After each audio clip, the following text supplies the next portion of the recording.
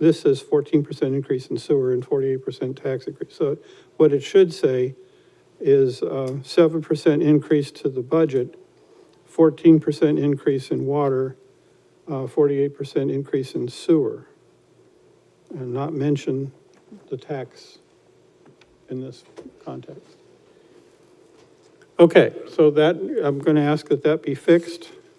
Did anybody see anything else in the minutes? We missed a little sound at the beginning, but I think it was just mostly the introduction stuff, so.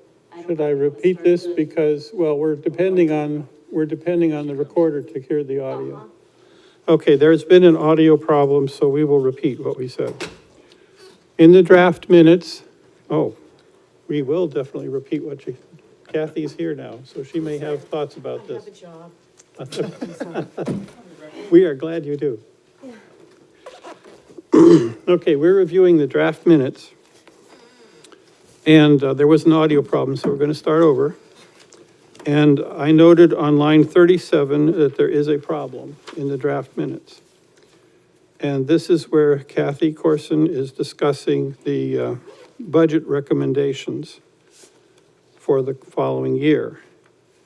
And what it says here is that line 36, greater than 7% increase to the water budget, 14% increase for sewer, and 48% tax increase was enormous. Oh, no, that's not. 48% tax increase is not correct. It's not correct. So what I heard when I went back to the audio and listened to this was that it should say the 7% increase was the total Tax. budget increase. Right. And Right, of that, exactly. there was a 14% increase in the water budget and a 48% increase in the sewer budget that is under consideration. Right. But the word tax on line 37 is not correct, should be stricken. Thank you. And the 14%, there's a mistake, increase to the water budget, that's not the 7%, that's the 14%. Increase to the Right. sewer budget is not the 48%, it's the 14%. Right. So all that needs to be fixed on line 36 and 48 is 37. sewer, yep. 48 is sewer, and, Yeah, yeah, 48 is sewer, 14 is is water, water. and 7 is the consideration of the whole overall budget. although I will say it has. Budget and warrants. And warrants, yeah, Yeah, yeah. yep, Yeah. exactly, right. And does this include any change from the budget meeting? I understand that this is. Well, we can't change it because it's part of the, No, I don't mean the minute. but, yeah, we have eliminated, yes, The sewer has. yeah, we don't, overall, we don't have, do we have an overall?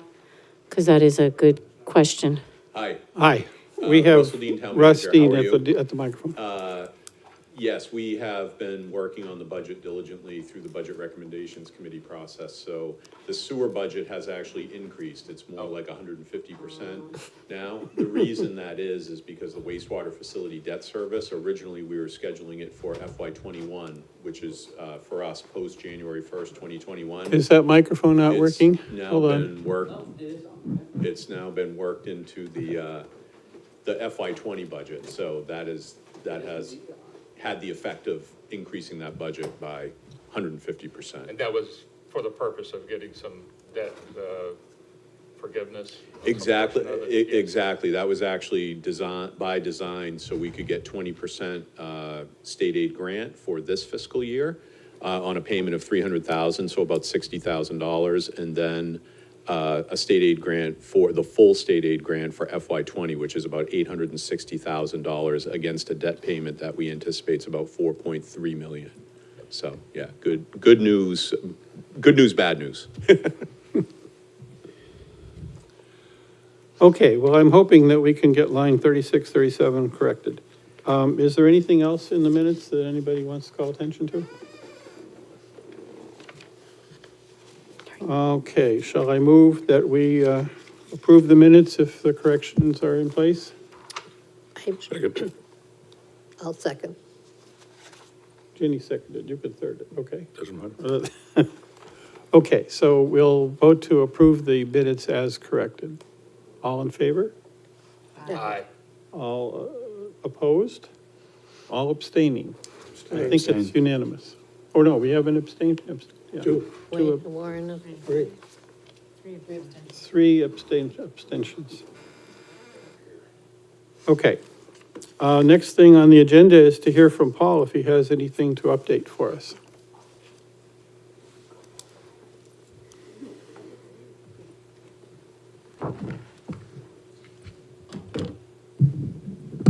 Hello, Paul Velocich, Town Engineer. The first thing I'd like to talk about is the monitoring report for the Great Dam Project. That is complete, however, the report is not quite done. I did review a draft. Within the next couple of weeks, that will be finished. And I'm happy to say that the river bottom is stable after the 3 years. Now, this would complete our monitoring that was required because of the wetlands permit. However, we're still required to do 2 additional years because of the ARM grant that we had accepted for $100,000. We plan on reviewing that with the ARM grant folks to see if that requirement can be lessened. Okay. Next item is the Pickpocket Dam. And you folks know that we had to do some additional analysis on the breach analysis. That is complete. However, I did not put the report on the website, the updated report on the website. If you recall, we finished this last year. The state had additional questions, and we had monies this year to fix or to reevaluate some of the issues that the Dam Bureau brought up. And I would think that within the next couple of weeks, I could put that on the website also. That would leave one other outstanding item for this year, and that's the emergency action plan. And I know that it's with our consultants on their internal review right now. I have not even seen the draft yet, and I should be seeing that shortly myself. So that's what I have for Pickpocket, in case there's any questions. Any questions?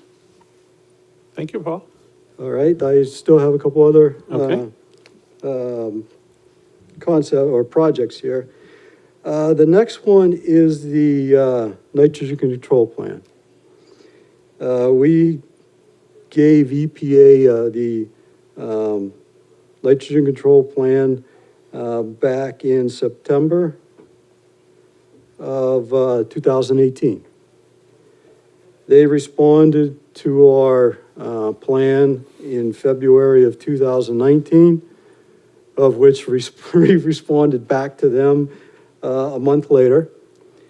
And we have since, dated September 5th, got another comment back on the, from EPA. And it's one that's misinterpreted by what we said, and we should be getting, within the next month, a letter back to them clarifying a component of our nitrogen control plan. After that, we have a total nitrogen report. This is our annual report that's required. That would be due in January of 2020, at the end of January. Okay, that's it for the total nitrogen report. Now I'll go to some components of our stormwater program, the MS4. We submitted the 2019 annual report in September.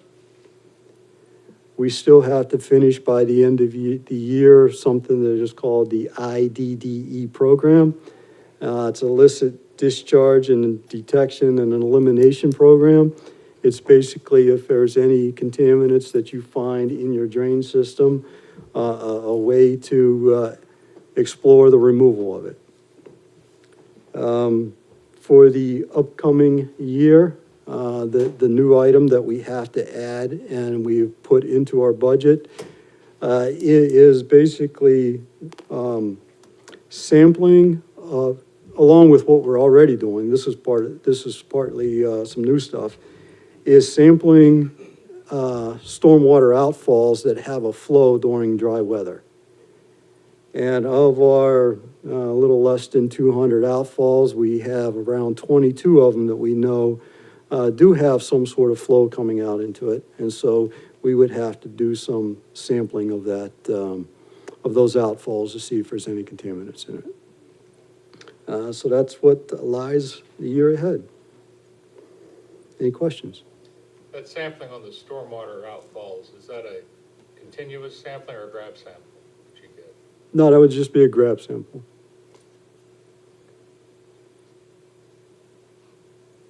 All right, well, thank you very much. Thank you.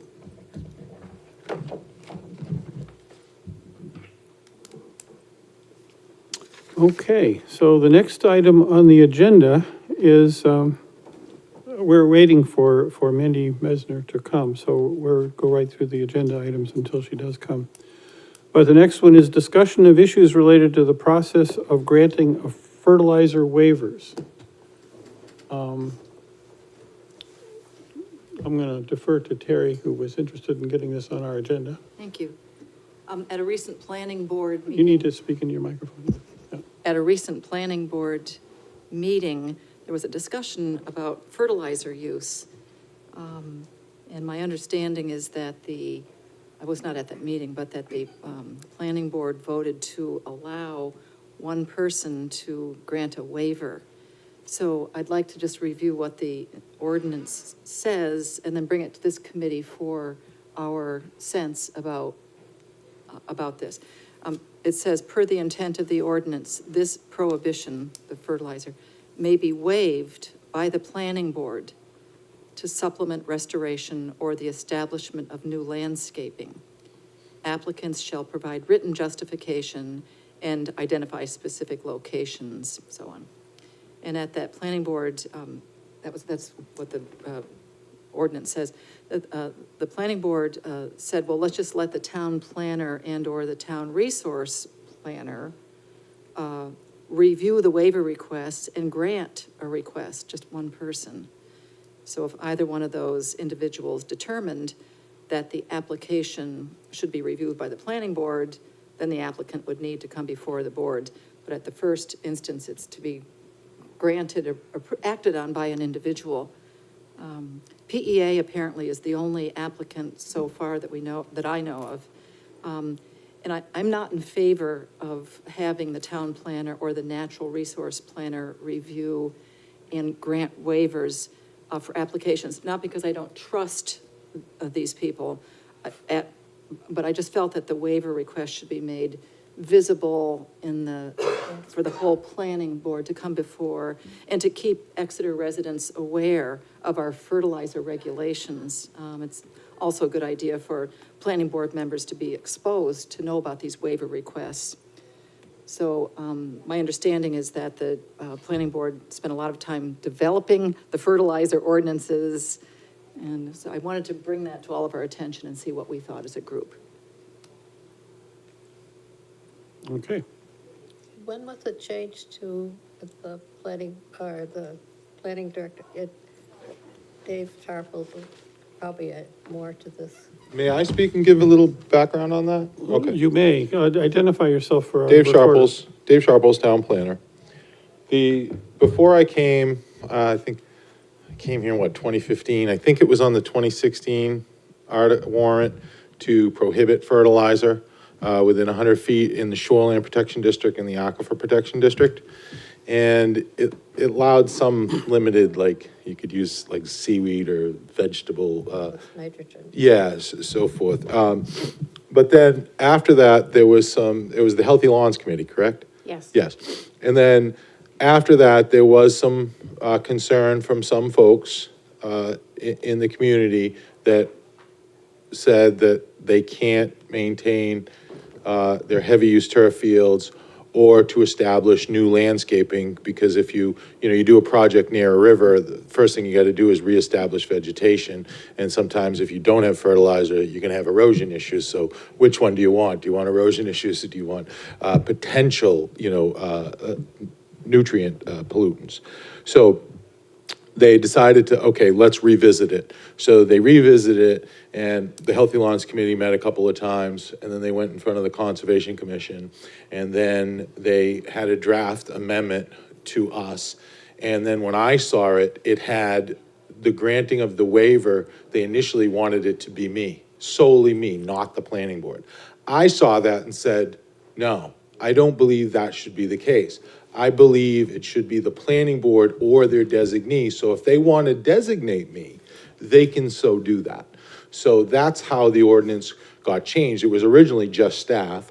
I recommended changing it so it was the planning board, or if they wanted to designate staff to do it, then they could, because that would allow me, if an application comes to me and it says planning board or their designee, and they've designated myself, and I'm not comfortable with it, and it's not, it's a decision that I think should go to the full board, I can put it to the full board. If they adopted it the way it was originally proposed, I don't have that option. I can't send it to the planning board because it says I'm the ultimate authority on it. So we made that change, and then it went through the Conservation Commission, the planning board, they held a public hearing, it went on a town warrant.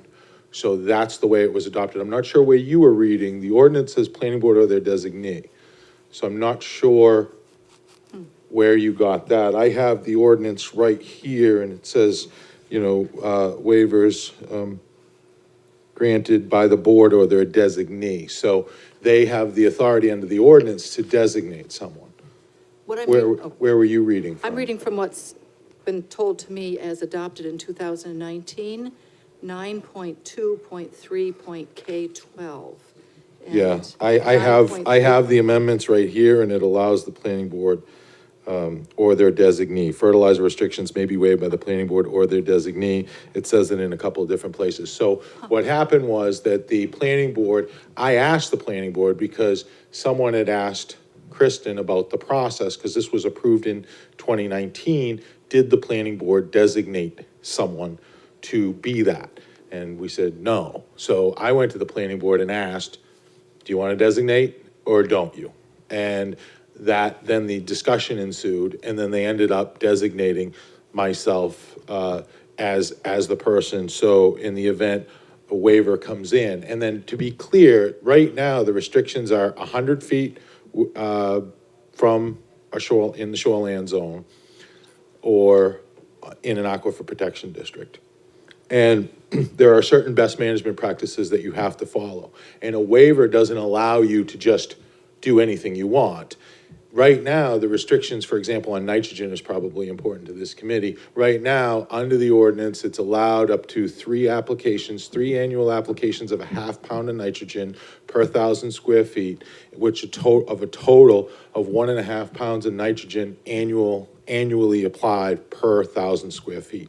The waiver only allows you to go from that ½ pound per application to up to 1 pound application. So the waiver is specific. You can't just go and, I'm going to put 6 pounds of nitrogen down in a spring application. The waiver is very specific and pretty narrow, from a ½ pound per application up to 1 pound per application, for a total of 3 pounds as compared to 1.5 pounds. That's on a, and it's still, if you do that on a heavy turf field, you have to submit best turf management plan.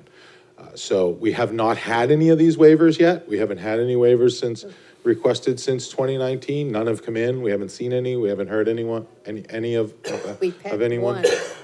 We've had one, was it? No, I'm talking about since this amendment, before and since we've been 2019. designated. There was one there's a couple in the past. We deal with a lot of them are for the new vegetation. If like a subdivision goes into the aquifer protection district or something, and they want to establish, grass after it's being disturbed, they've asked for that at the planning board, and they're already in front of the planning board, so all those waiver requests would go there anyway. So just wanted to, is everyone clear on the process? So, yeah. Quick question, when a waiver is granted, you say it's double the normal for 1 year. How long does that last? No, it's. You have to do it again after? They wrote it in there. They were doing it every year. And the previous one was temporary allowances for 1 year, and PEA was coming in every year, for a few years there. But, once the 2016 passed, I think they came in 16, 17, and maybe came in 18. But they extended it on the heavy turf field, it's up to 3 years. And if it's a waiver under the restoration or establishment of new landscaping, it's 1 year. So there's two different scenarios. One can be up to 3 years for heavy turf. One can be, the other one's only 1 year for establishing new landscaping. For the benefit of our recorder, we need to identify who's asking a question. So that was Carl Wilkster, but we need Okay. to, Oh, we need okay. to say her name before we talk, because otherwise That's she fine. won't have a clue as to I'm who. sorry. It's okay. All right, did anybody want to talk about the Phillips Exeter, waiver? Well, it's not just for them, they're the ones that happen to have a need to, apply for a waiver. Yeah. And I think the feeling was that, maybe it was just personal, but that we'd like them to, this couldn't be an ongoing thing, that, yes, you got your 3 years, but how about trying what we had talked about? In other words,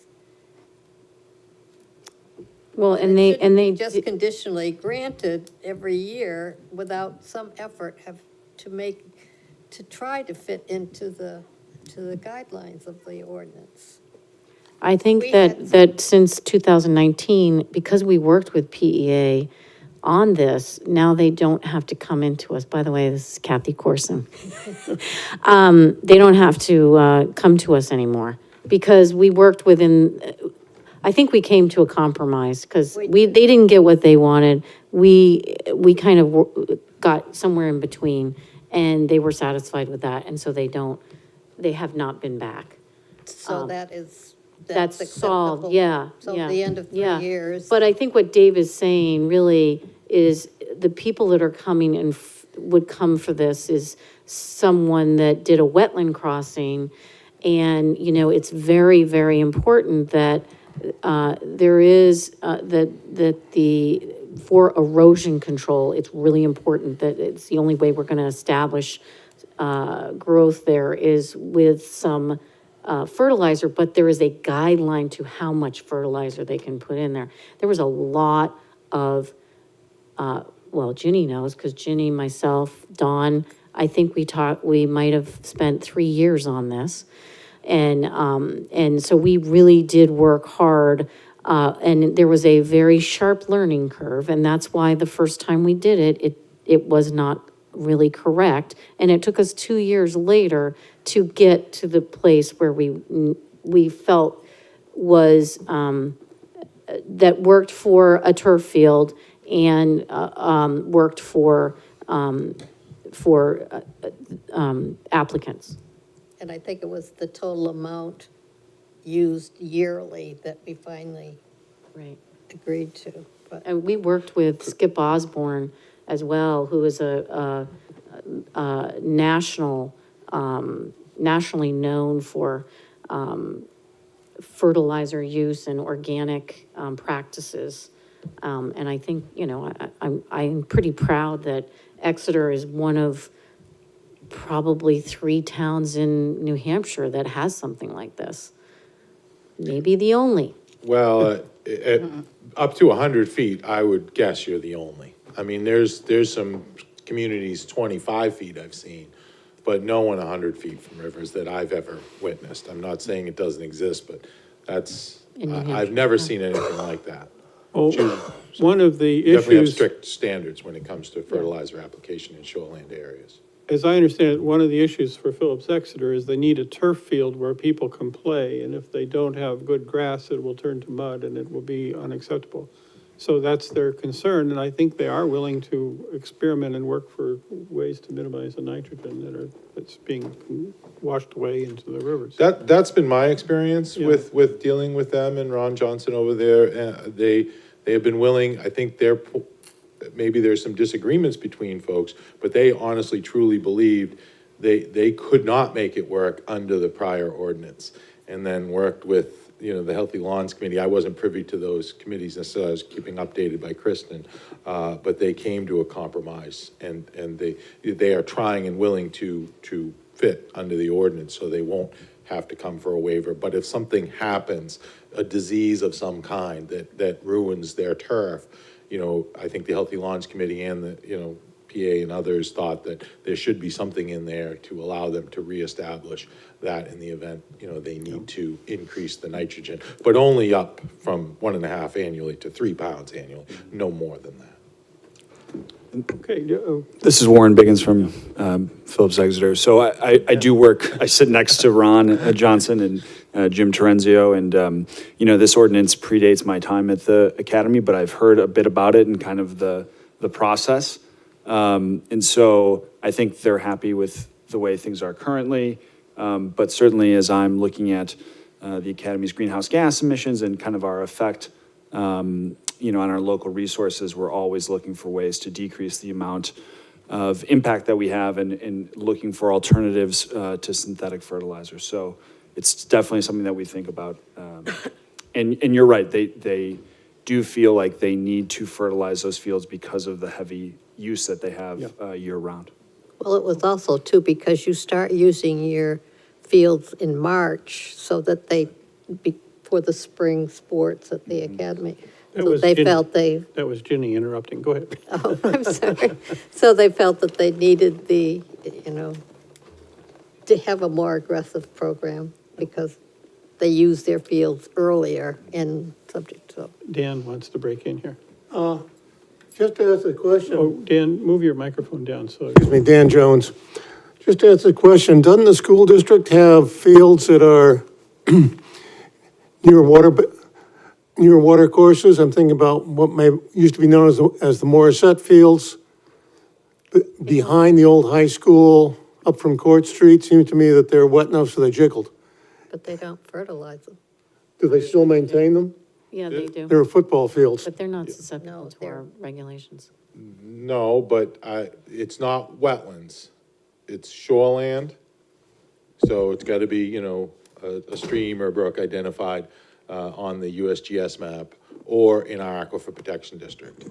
Well, And there is a I'd have creek to look running at up the through map. through there. Okay, You yeah. cross at Court Street. The reason Court Street floods down there is Oh, that stream Court coming Street. down. Okay, the old high school? Or Yeah. Okay. There is, right down the middle. Backs up along Nelson Ave and up behind in there. Yeah, I'd have to look at it, it's only 100 feet from the, Yeah, I'd have to well, the ordinance only regulates 100 feet, so, which is not far. I mean, it's farther than probably anybody in New Hampshire, but yet again, it's not that far distance-wise, it's only, Okay. 33 yards, but thereabouts, so I don't know, I'd have to check on it. Those fields just occurred to me because I know they are very near a lot of water. Yeah.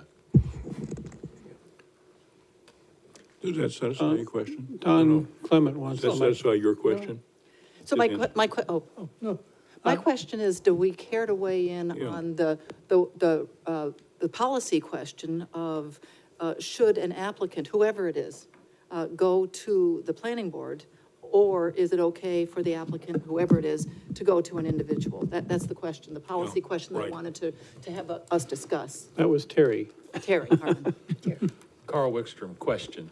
How often does the planning board meet? And how much delay would there be in waiting for a planning board meeting? Twice Twice a a month. month. Pardon? Twice a month. Twice a month, so 2 weeks is the only delay there. So it's not a huge delay for them to wait to get to the planning board. So, Lionel. But there's another problem. Yeah? We sat on the planning board, the two of us here. They worked their tails off. Yes. There've got to be some way they can move things to someone else. I've watched the selectmen move things down here to the planning, to the chief there, and it all flows downhill. But they can't do that at the planning board. They have to do a lot of work themselves, a committee like us. And if they can figure out a way which is reasonable to pass something off so they can review it, and they review it, it seems to me it's a sensible thing to do. Because they work long hours, they maybe meet once every 2 weeks, but there are all sorts of other things in between. Kathy and I saw the same thing, and I think they work harder now than when I was there. So I think that unless there's a real serious problem, this waiver seems to be sensible. You're the one that raised the issue to help them, and I think it's a good idea. And I think there's enough control there if someone's worried about it and say, look, that doesn't sound to be a good idea. But on the other hand, the idea of keeping this in front of the public is a good one too. And I think this planning board can do this by talking about it. But they do not have to, I think, hold the hearings or the discussions on TV when it comes up on a regular basis. I just think it's one of the items they can let someone else do. Yeah. By the way, Mr. those Chairman? fields are at least 350 feet from the river. I just looked it up. Yeah. I thought that might be the case. 100 feet just isn't that far. Yeah, there's actually, most of them are there's Nelson Drive is between them and the river. Most of the. Yeah, when fields. we did it and looked at the impact of it, the actual impact, 100 feet, the Aquifer Protection District and 100 feet in a shoreline protection district, it affected a few neighborhoods, a lot of private residential, much more, and PA was really the only heavy turf use field that would come under that jurisdiction now that I'm starting to remember. But may I just say something about the policy question? I mean, Please. I understand the River Studies Committee can, discuss whatever they, choose to discuss. But as far as the policy question, the ordinance allows the planning board to have that policy discussion. And it is their authority to either designate or not designate. And they had that discussion and they voted to designate someone just recently. So, they had that policy discussion. And it was a long one, but then in the end, they made a choice. I was fine with either way they wanted to go, but they made that choice and had that. So I don't know how that would, unless they wanted to have that discussion again, but they just recently had that discussion and made that policy decision. Well, I hope this discussion has made it clearer to the public watching how it all works. Any other comments on the board? No. Russ? Hi, thanks, Dick. Yeah, I just also wanted to point out that, because I know Dave, as our town planner, administratively reports to me and I'm his supervisor, and people need to understand, like, he'll go to the board with suggestions and it's really the planning board's call as to how they want to handle it. Now, that being said, it's not normal, like, if the select board delegate to me to do something on their behalf, I don't know of another committee that would sort of review that and get back to them because they are the final say. So in this case, the planning board is the final say. And as I understand it, it may have come from one member of the board to this committee to sort of bat around and do what with. So I think that, again, and the planning board is unique in the way that it's one of the few boards that is statutory in nature and has alternate members and voting members. So, and only the voting members are really empowered to act on plans unless there's a full member missing and the alternate members are taking their place. So just in terms of, I don't think this request came from the planning board itself. I think it came through one individual, and I know Ms. Harmon doesn't sit on the planning board, so just to make that point. Okay, have we exhausted, Don wants to say something. I'm tired of being boxed out. Hi, Don Clements, Elmer Drive. Yes, I've spent many, many years on the Green Lawns, healthy blue water? Healthy water, I can never Green say it Lawns. right. Oh, no, I There's can't two, say it. there's two issues here. The first issue is our whole fertilizer ordinance. I'm of the opinion that it's not strong enough. I'm really concerned about the amount of fertilizer that runs off into our waters, okay? But if that's the case and this particular committee feels they would like a stronger one, then that's something to discuss, bring to the towns, a zoning ordinance. There's an awful lot of nuances to this. That's one. Two is the policy decision for the variance. That, I agree with Mr. Sharples and I agree with the town manager, that is a planning board decision. This does not mean that an applicant has carte blanche to dump fertilizer on, next to our waterways. They have to go through a process. They have to come to the planning department. It's reviewed, and if it, at the designee, Mr. Sharples or Kristen Murphy, doesn't think there's something there that needs to be, talked about in greater detail, they will bump it back up to the planning board. So the planning board isn't excluded from this process, and it's only on a limited cases, limited situations. So if the board we'd like to see stronger fertilizer ordinances, that's one thing. But in terms of the policy for granting the variance, I agree that that's not something, you know, we've had a discussion, but I think that's best left to the planning board under their jurisdiction, so. Okay, thank you. Dan? Dan Jones again. I think this gets back to a notice question. It's the same problem, not before this board, but with the fact that one individual can grant a building permit and no one may find out about it for a month later. This is something that came up a few months ago. And the abutters might be very surprised to find out that an appeal period had lapsed. There's nothing they could do about an outstanding building permit. And I wonder if this is the same concern, as people don't know the applications and for permits that are being made to the town.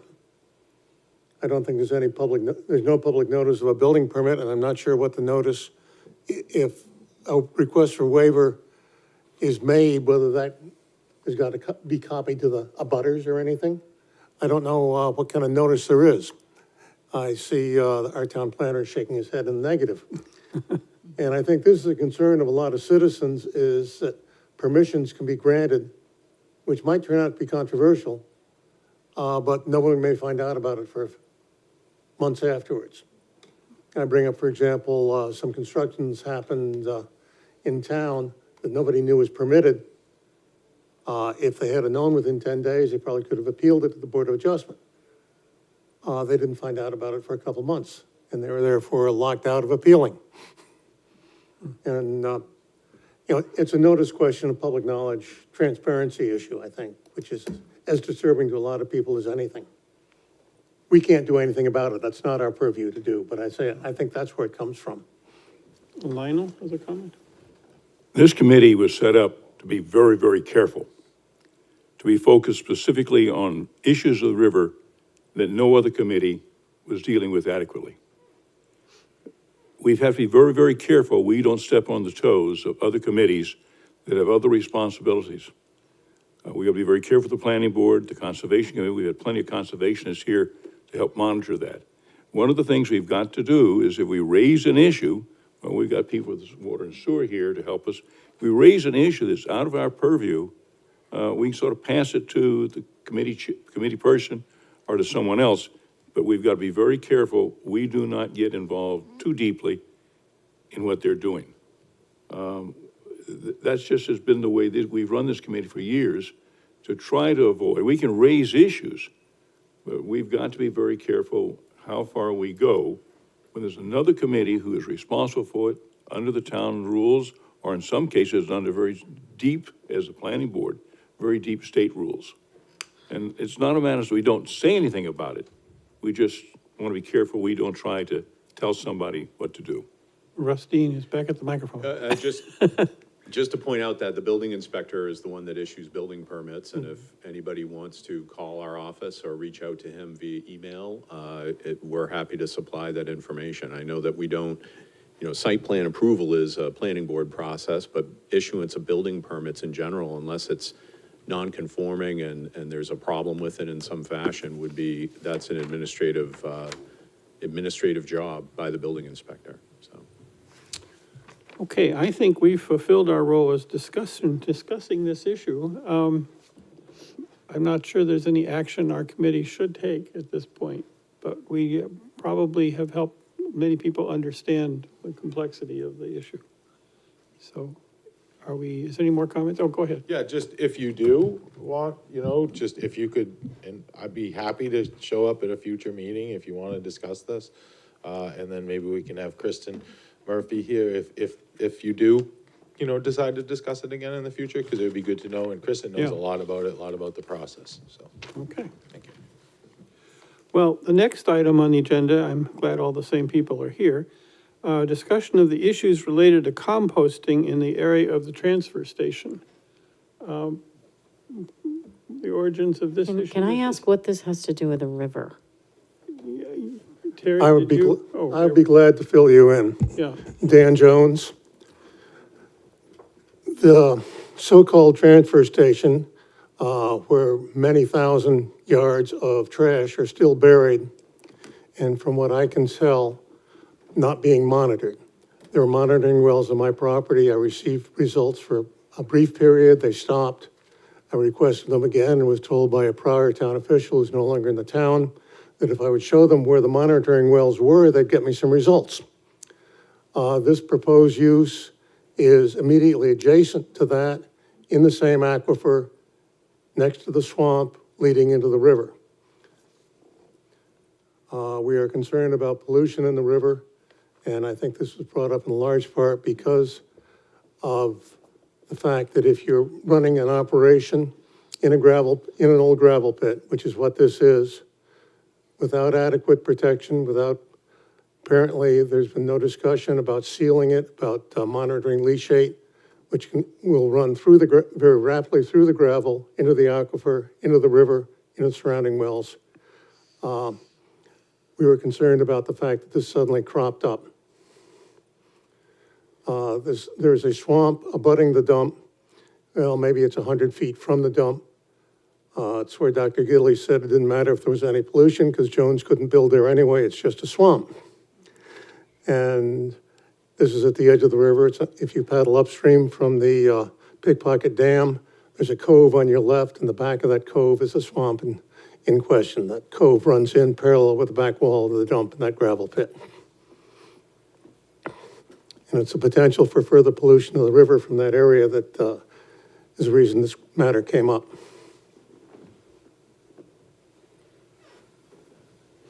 Thank you. Russ? Just, is back to I the don't know when that conversation happened with a prior town official. It sounds to me like it was many, many, many years ago at this point. That is correct. I briefly got the test results from the monitoring wells on my property. I have not gotten any for a long time. Maybe a decade or more, probably.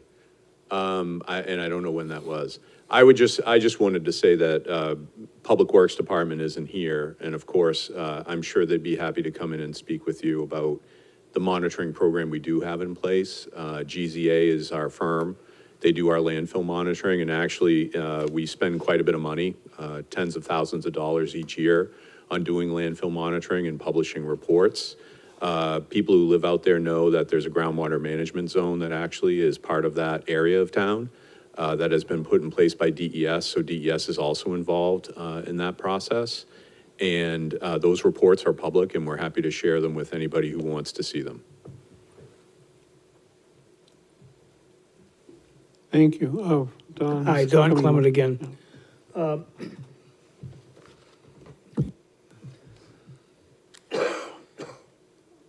Mr. Jones's concerns are very valid.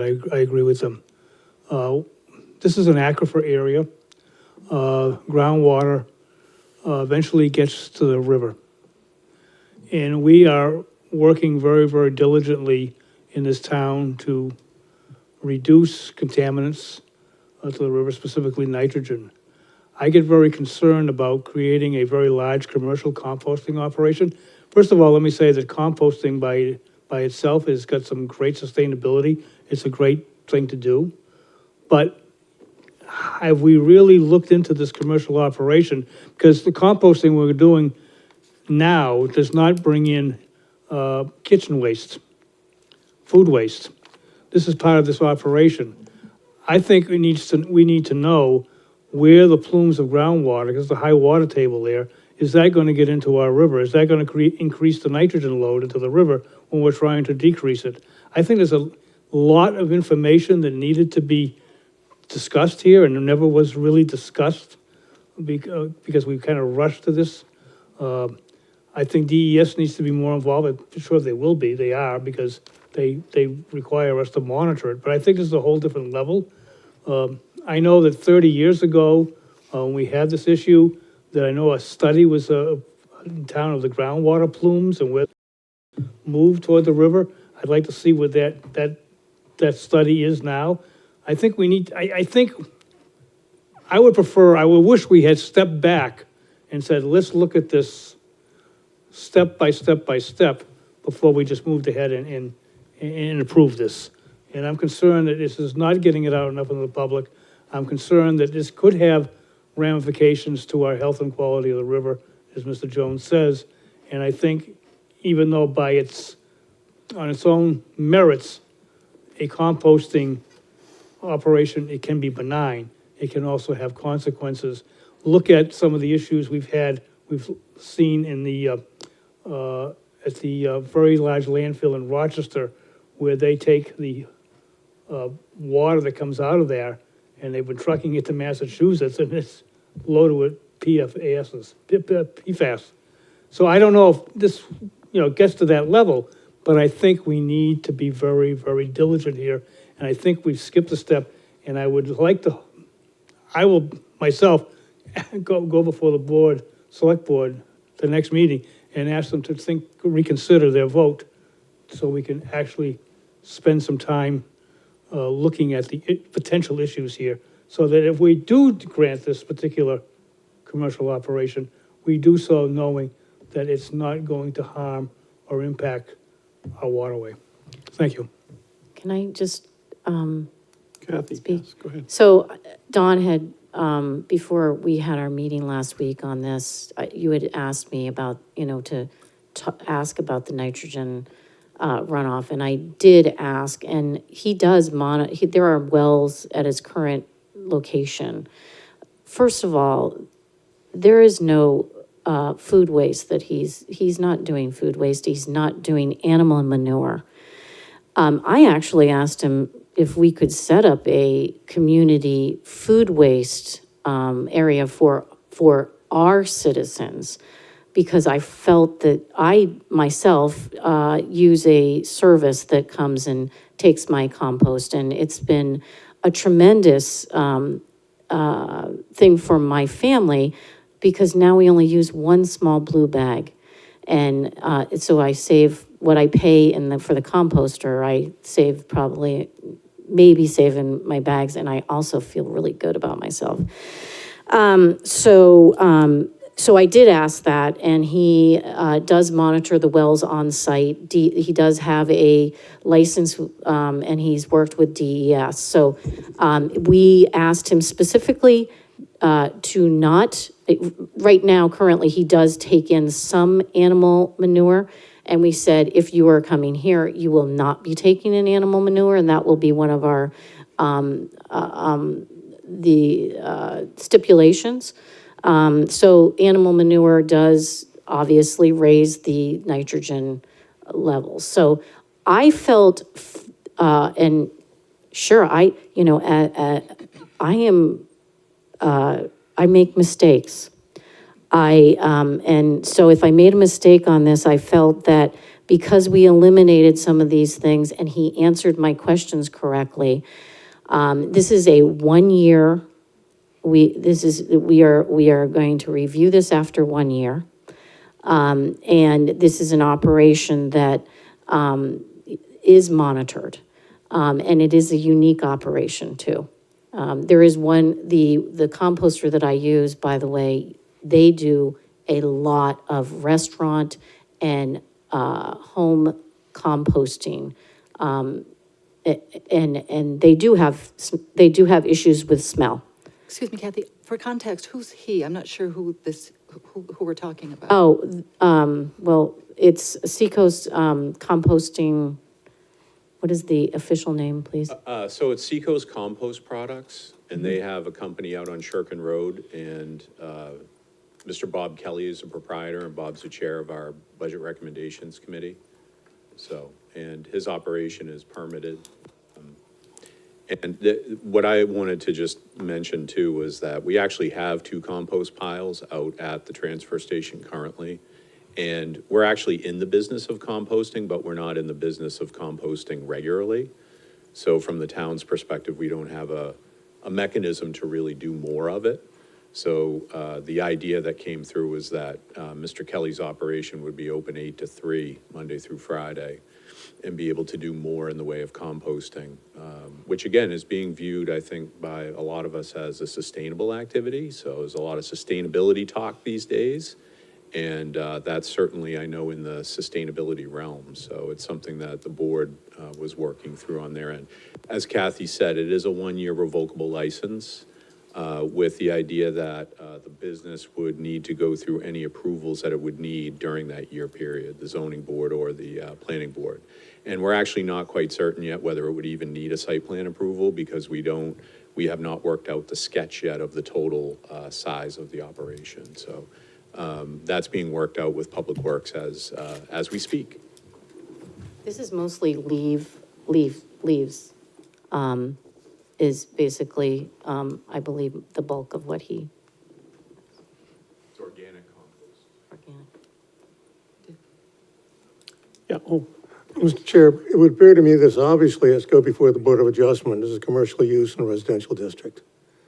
And I would certainly hope that any license would include a requirement of a site plan review by the planning board, which would allow public input and the planning board expertise into whatever's being done and the matters that have been raised, especially by Mr. Clement.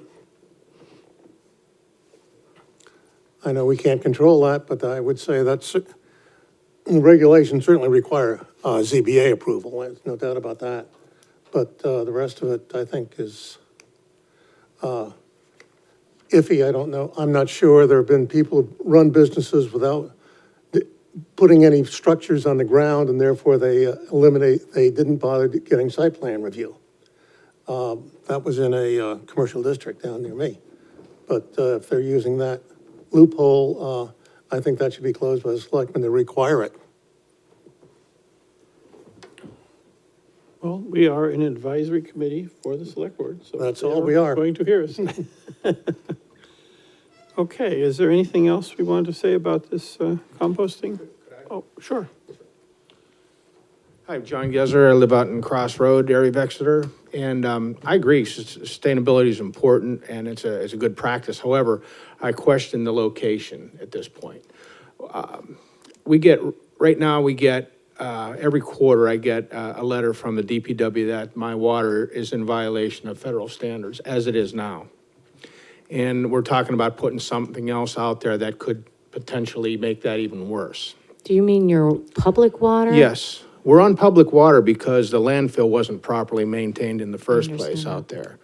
So, and I have a monitoring well on my property that I haven't seen a report like Mr. Jones for probably 15 years or so. So it's been frustrating, I guess, and it's just a situation where, you know, I've got a family out there, and I got to tell you, I bring water home from my cabin in Conway, New Hampshire, because I'm on the same aquifer that the Freiburg Poland Spring plant takes out of. So I'm getting my Poland Spring water for free. I can't drink or won't drink the town water. So, and I'm not alone in that respect. I mean, I've got a lot of neighbors that won't drink the town water either, and now we're talking about doing something that might even make the problem worse. So I just would like to have somebody really reconsider that and take a look at the chemistry of this. When they say there's no nitrogen, there is nitrogen, all right? Maybe not a lot, but there is some nitrogen.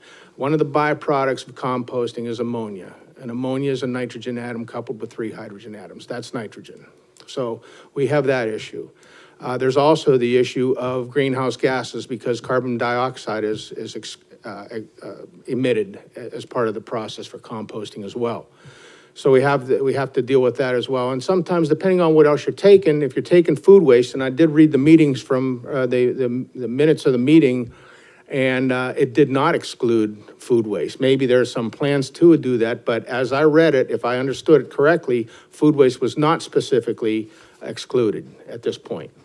So these are concerns I have from living out there, and most of us just became aware of this after it was approved. So, you know, I think that had not been at 3 o'clock in the afternoon, there might have been more of us here. I just had the luxury of being able to get out of work for a while. So I'd really like to have a little bit further discussion on this and maybe have it really looked at again by one of the other boards before it moves on. Thank you.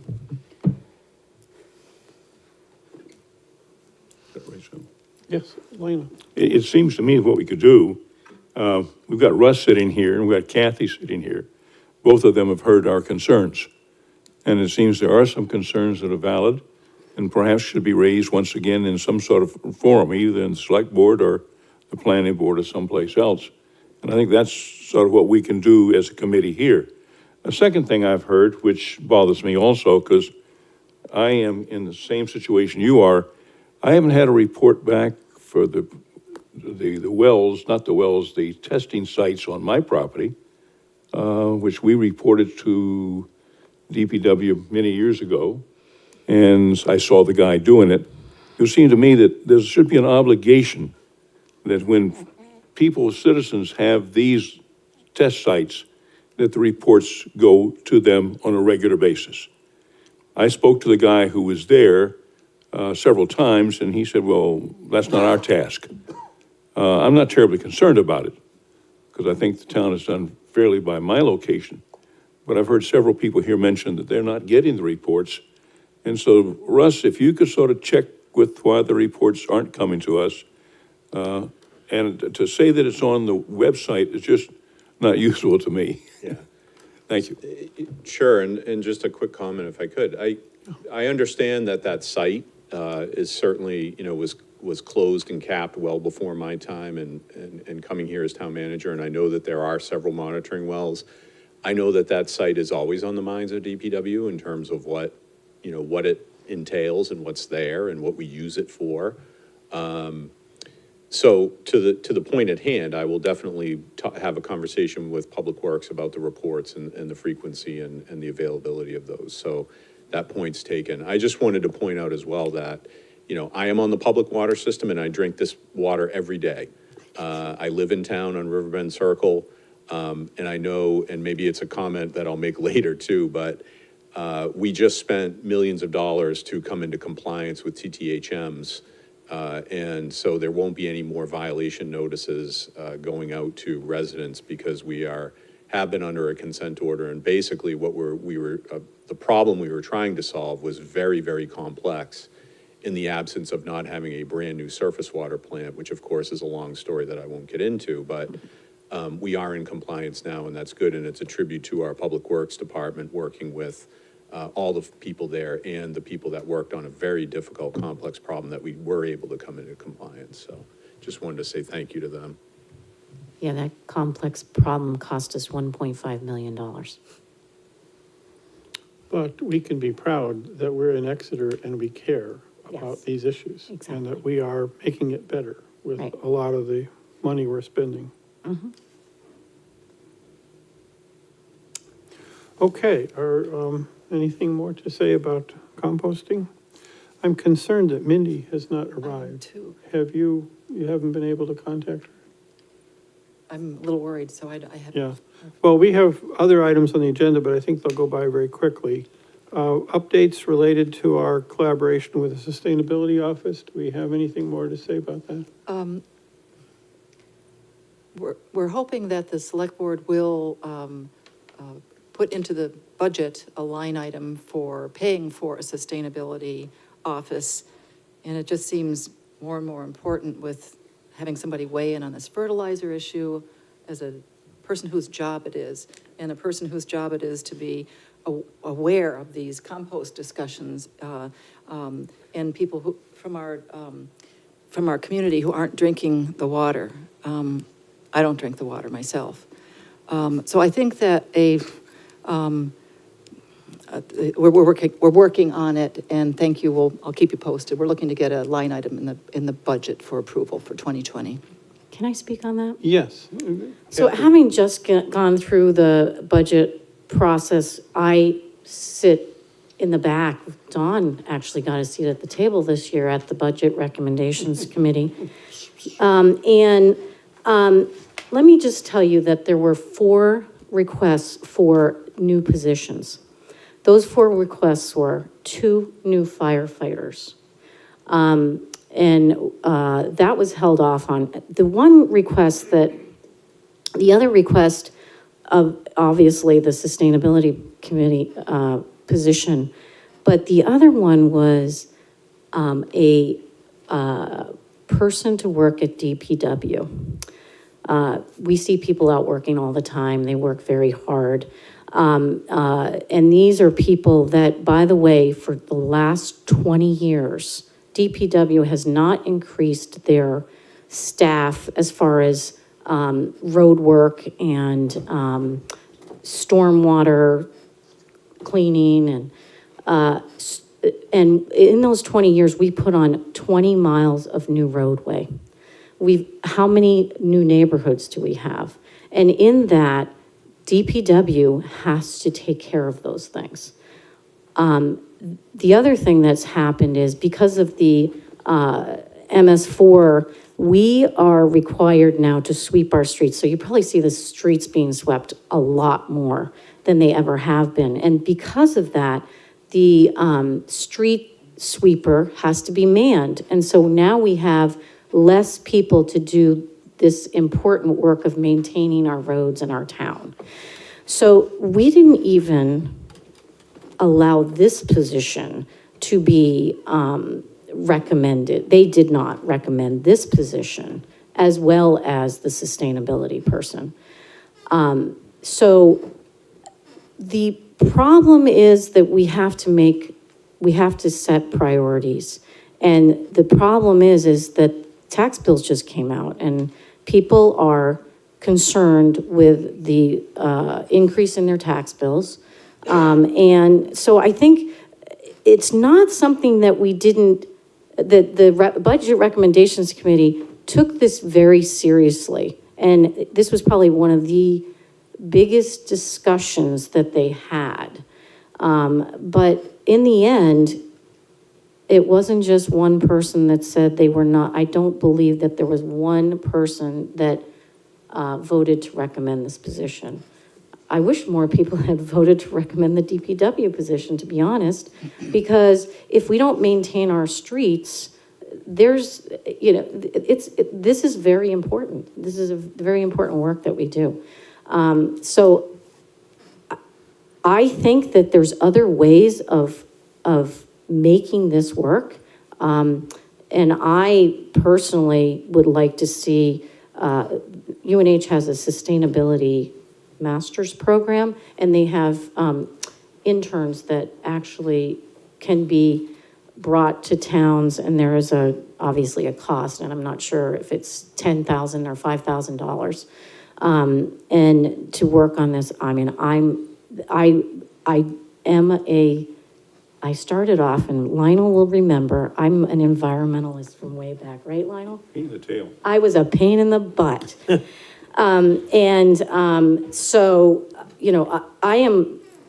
I love that Exeter has a sustainability advisory committee. I'm not sure that a position we're ready for a position.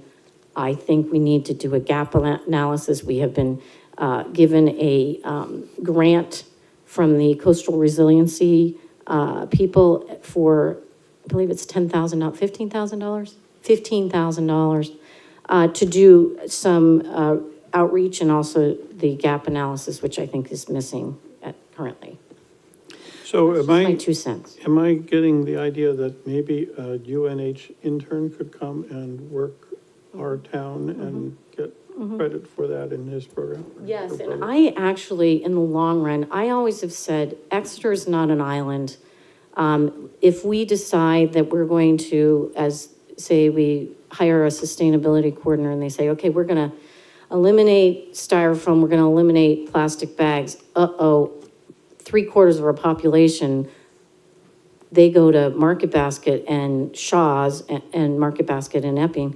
It's not solving the problem. If we can do this regionally, and if we, as the town, can actually work with Rockingham Planning Commission and get a regional person on this, and that means for the next year, we work and get into the surrounding towns, even just the SAU 16, and say, hey, guys, what do you think about hiring somebody at Rockingham Planning Commission that will do this for us, but not just as a town, but as a region, and get the schools involved? It might be just a pie in the sky thing that I'm thinking about, but that to me means that we're a bigger island and we can get more done. But I might be in the wrong direction. Well, you said it out loud, and this is a public meeting, and it's going out on video, maybe something will happen. I'm only one vote. So at the last town election, 62% of the voters approved the establishment of a sustainability office. 62% of the voters voted that this in the language of that warrant, it also said that this position would pay for itself. And that has not been proven to me. And that, to me, I as a voter, if I voted for that because I said, oh, that's not gonna cost me anything, that has not been proven to the select board, or obviously did not get proven to the Budget Recommendations Committee. So that is a big part, and if you read it, it actually says it in the warrant twice. That is a big part of that warrant. So someone of those 62%, maybe 12%, only did that because it wasn't gonna change their taxes. So you have to prove it to me. Just a quick comment, and Russ. I'm not sure, but I don't think the warrant article specified that it was for a position. I think it was establishing an office. It didn't raise and appropriate any money, so the ruling on it was that it was advisory. And it sort of charted a course, if you will, toward something more.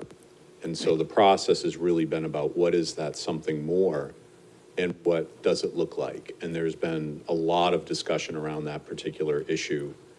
As Kathy mentioned, we have a grant in hand, which is great. We're excited actually to do some work on that. And we'll keep working in that regard, of course. But I don't believe the article stated a position specific, but that has been a lot of the conversation since then. Okay, thank you. I did hear from Mindy. Oh, She's okay. She's okay. Here she Oh, is. Hello, Mindy. she's here. All right. Hi. You Oh. sure he's okay? Let me ask quickly, is there any update anybody wants to make on the master plan directives that we're following? I think we're good. I think we're doing what we're supposed to do. Yeah, I We're think talking so. about these issues here, some of which are not directly related to the river, but part of our task was to inform and help people on the master plan in particular areas, to inform the public, and I think Okay. that's primarily what we can do. Okay, and the last one was anything related to the proposed river viewing site near String Bridge. I guess we were gonna pass that off to Public Works or somebody, and I don't know what's happened. Anybody know anything about that? Bob was working on that, correct? Bob? Okay. Has been. All right, so I guess we can introduce Mindy Mesmer. Thank you for coming. There's a podium there. We need the microphone there. It's portable if you want it, or you can plug into a computer here and put you may need some help with that, I don't know. I think do you have a USB? I think you need a USB. Here we go, rescue is on the way, here we go.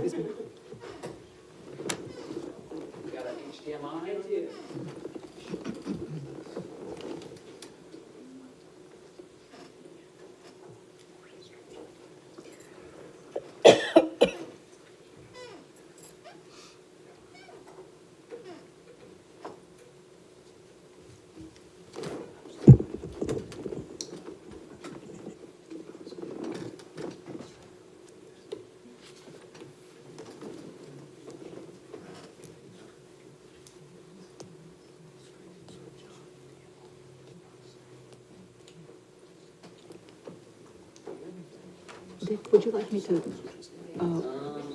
introduce her, Sure. if she wants?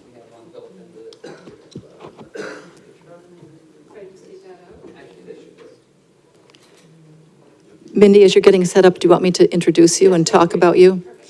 So this is Terry Harmon, and I'm pleased to welcome Mindy Mesmer, who I got to know first as a member of the House of Representatives. She's a scientist first, and got actively involved with her environmental concerns. This was several years ago, and continues with a nonprofit organization that she's going to tell us about.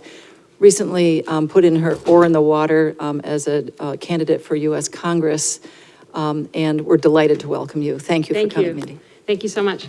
Right, so as Terry said, for 30 years, I was an environmental consultant, working with, I have a background from Syracuse and then UNH in earth science, working in that industry for 30 years, and then was faced with an issue that I identified. So I just graduated from Georgetown this past year with a master's in public health. And in 2014, when my son came home from school and told me that kids in our town were getting cancer, and lots of kids were worried about it. And so in 2014, I had already taken some classes like epidemiology. I knew how to assess a public health issue and knew that it was a cancer cluster. So I reported it to the state of New Hampshire in 2014. In 2016, they came back and confirmed that it was a pediatric cancer cluster. In fact, it was a double cancer cluster of very rare forms of cancer affecting our children in the 5-town area of the seacoast. They're called rhabdomyosarcoma and pleuropulmonary blastoma.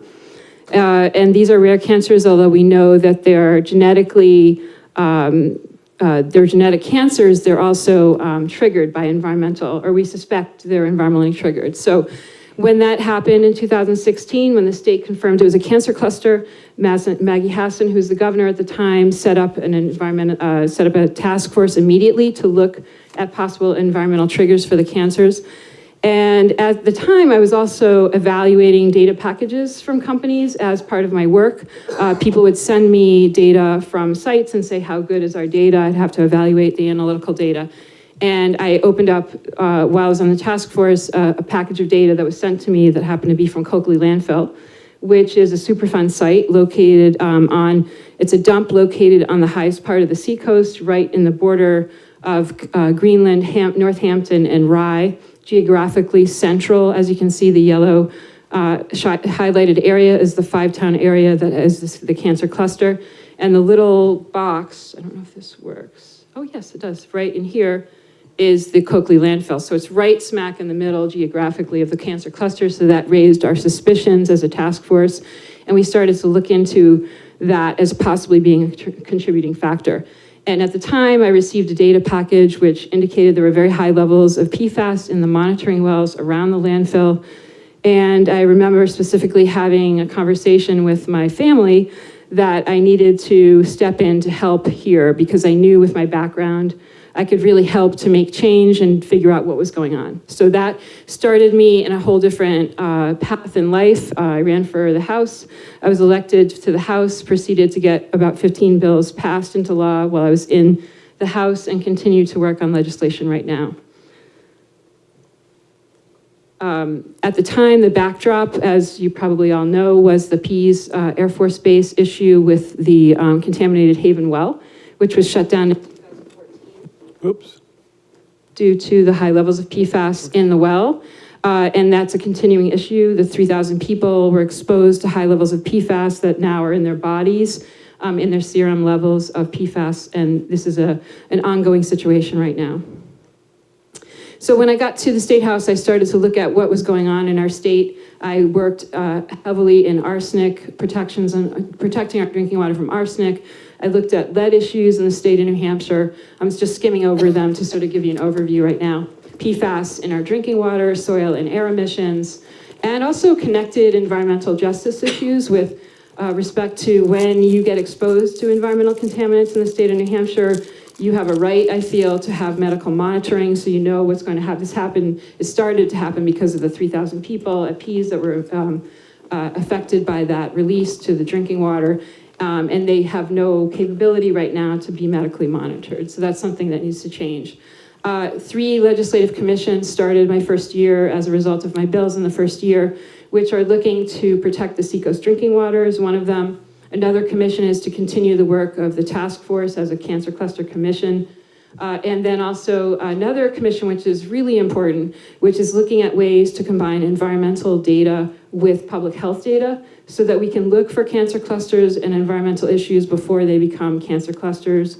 And that work is going on right now. It's looking at systematic changes that need to happen. The first thing we had to do was submit another bill that actually made the 2 agencies talk to one another with their data. They did not do that before. So that was an important step in the right direction, and I can show you some of the impacts of that happening. Also, transparency has been a big issue, right to know issues in the state of New Hampshire have been a big issue for me. On. So as part of what we did to help along some of these legislative issues was, we formed New Hampshire Safe Water Alliance. That's our website, safewaternh.org. We try to keep that fresh with news. We also have a very active Twitter feed and a very active Facebook. We actually started the group in Facebook. There's a group there where you can ask to join and you can be part of the conversation if you have questions. And there's a page that acts as sort of the open-faced news outlet for the organization. And one of the things that has been so important, every single bill in the state of New Hampshire that's proposed has to be heard. And we also were able to generate a lot of advocacy for supporting. One of the things about having so many state reps, 400 state reps in the state of New Hampshire, is they're really beholden to the people that elected them. So our voice is really important when it comes to expressing your thoughts on various pieces of legislation. And we found that by implementing some advocacy, we were very effective in doing good things and also making sure that bad things didn't happen. In one case, we submitted 350 emails through our activist group to senators within 48 hours to make sure that we killed the poison pill amendment, which we were effective in doing. So it's very important for people to be involved in New Hampshire state government. So one of the things that, when I got to the House, I started to peel back the layers of the onion about what was happening in New Hampshire. I knew we had a double cancer cluster for children on the seacoast.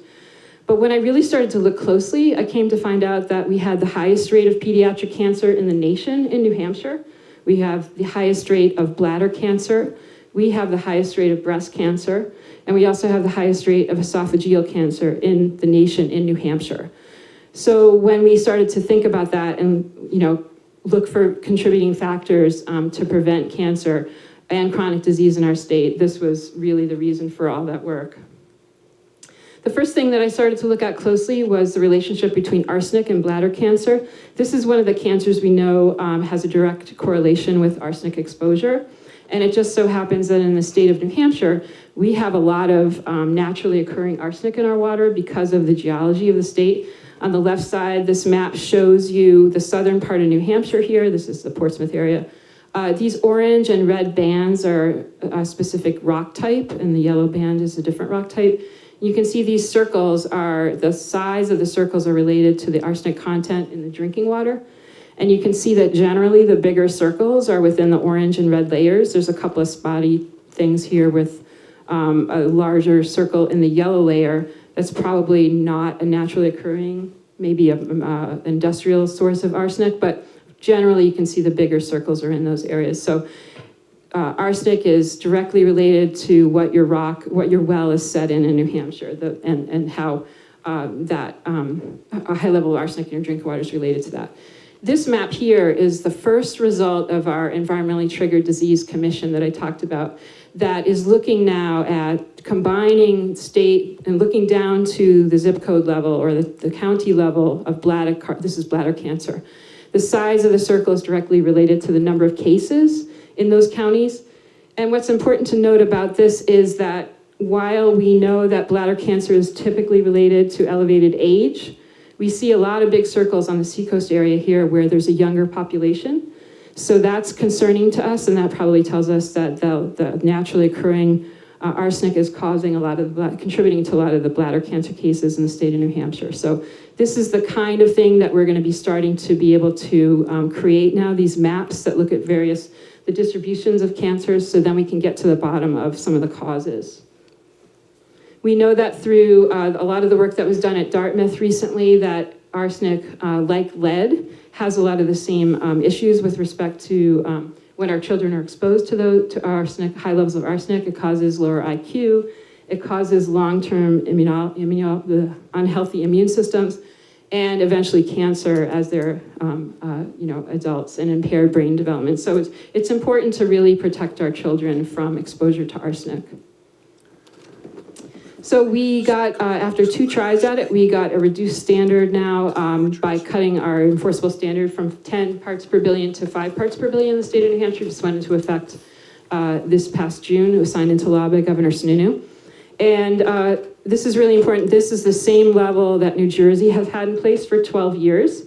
And they have an order of magnitude lower rate of bladder cancer in New Jersey than we have in New Hampshire, which is startling to think about. Because we also usually associate, New Jersey with much higher levels of toxin exposure, but we actually have a higher, much higher level, 10 times higher level of bladder cancer in New Hampshire. So this will go a long way to not only reducing our exposure, but one of the things that was very compelling for the legislators when I presented this to them was the fact that in that 12-year time span between when New Jersey implemented their standard and we did, we spent an estimated, very conservative $65 million on direct treatment for bladder cancer treatment, just in the direct treatment medical expenses alone for those people between that time period. So we actually think it would have been a lot higher cost. It probably, because we think there's a direct relationship between the numbers of bladder cancer cases and the exposure. So if we cut the exposure by half, we're going to see probably half the cases eventually. So that 14% number is very, very conservative in terms of the savings we could have seen. The other thing I started to look at really closely was lead. A lot of people don't really associate the state of New Hampshire with having a lead issue, but we do because we love our old homes in New Hampshire. Many of the houses in New Hampshire were built before the 1978 lead ban. And unfortunately, 83% of those are located in high-risk communities or rental properties. So a lot of children live in those rental properties. And when we started to look at the issue, you'll see the red line here at the bottom is 20% of our children under the age of 6 were being tested for lead, which is really, really low. We know that lead's a toxin in children in particular. And the other concerning thing is this purple line here. That's the toxic kids, 10 milligrams per deciliter, which is about 100 kids in the state of New Hampshire on that list, with only 20% of the kids being tested. So we're concerned about what that number really might be. And then the blue line is the kids who have 5 milligrams per deciliter, which I also consider to be not so great in terms of developmental issues later on. That's a fairly high number because we know lead is there's really no safe level of lead for our children to be exposed to. So this is a 2012 to 2017 graph. In 2018, it was, Senate Bill 247 passed into law, and what that has done is created mandatory testing of children up to the ages of 2. It has to be covered by insurance, so we need every child has to be tested for lead by the age of 2, which is good, and we need to see a report on what the effects of that has been. So this week, actually tomorrow morning, there is the next meeting of the Environmental Trigger Disease Commission in Concord, and we are going to get an update on now what the testing looks like. And what that bill did was it implemented a stepwise fashion of a trigger blood level in children that live in the rental homes before a landlord has to do abatement. So it used to be 10 micrograms per deciliter, that toxic level that I showed you in the first slide. That would have to, anything above 10 or a kid with 10 would have to, the landlord would have to abate the property. In July of 2019, that trigger went down to 7.5, and in the next couple of years, it'll go down to 5. So the bill also set up a grant program for landlords to access to be able to make those abatements. So that's a great thing. We were able to get some money for them to make those changes. So what happens, the lead in the paint is on the windowsills. So when the windows are opened and closed, that dust created by the paint chips is what the microscopic levels of lead gets onto the children's fingers and bodies and gets into their body. So now I'm just going to just sort of quickly go over PFAS. These are the Teflon components you may have heard a lot about in the news lately. The very thing that makes them so great for Teflon pans, the very high resistance to heat, and the persistence of them makes them very bad once they get into the environment and worse when they get in our body. They are difficult to remove from the environment, and we don't know how to get them out of the body. So most of the work has been focused on making sure we don't get it in our bodies in the first place. They were accidentally discovered in a lab in 1938, and then because of the great properties, high heat resistance, and the ability to prevent moisture from passing through, they were used in the first Manhattan Project. They were introduced in properties in Teflon pans and things in the late 1940s, and then in the 1950s, and things like Scotchgard, the stuff you spray on your rugs and your boots to prevent moisture from getting into them. But the thing is that by 1999, we first realized that 98% of the people in the US over the age of 12 had detectable levels of these chemicals in their blood. We didn't even know this was happening along the way. There's been some work done now to expose the fact that, we were unaware of this exposure that now has been pretty much incorporated into all of our bodies. We are exposed to these chemicals through industrial manufacturing facilities like Saint-Gobain in the Merrimack area, for instance. We are also exposed to them in these firefighting foams that were used at Pease. The properties of those foams make them really successful in preventing fuel-based fires. So they're used a lot at airports and fire training areas and Air Force bases. We're finding them now in very high levels in wastewater. You may have seen last week in the Boston Globe that that Turnkey Landfill was sending their leachate down to Lowell, Massachusetts, and putting it in the Merrimack River through the wastewater treatment plant. It was ending up in the Merrimack at very high levels. So that stopped the next day. They don't do that anymore in Merrimack from Turnkey Landfill. There's also landfills, which New Hampshire has 300 landfills in the state with no liner underneath them. Historically, before the 1980s, there was no requirement to do that. So now we're finding high levels of PFAS because everything we put in these landfills, trash, maybe some other things, ends up polluting the private wells and the other wells around these landfills because there's no liner to prevent them from escaping. We're also coming to find out about their use in a lot of consumer products. If you go to McDonald's, you'll find that the juice from your Whopper doesn't escape from the packaging, and that's because the packaging is coated with these PFAS chemicals. There's also PFAS in the inside of the popcorn bags, other things. So we're learning more about how we're getting everyday exposure to these chemicals through contact with consumer products. I'm not sure this will work.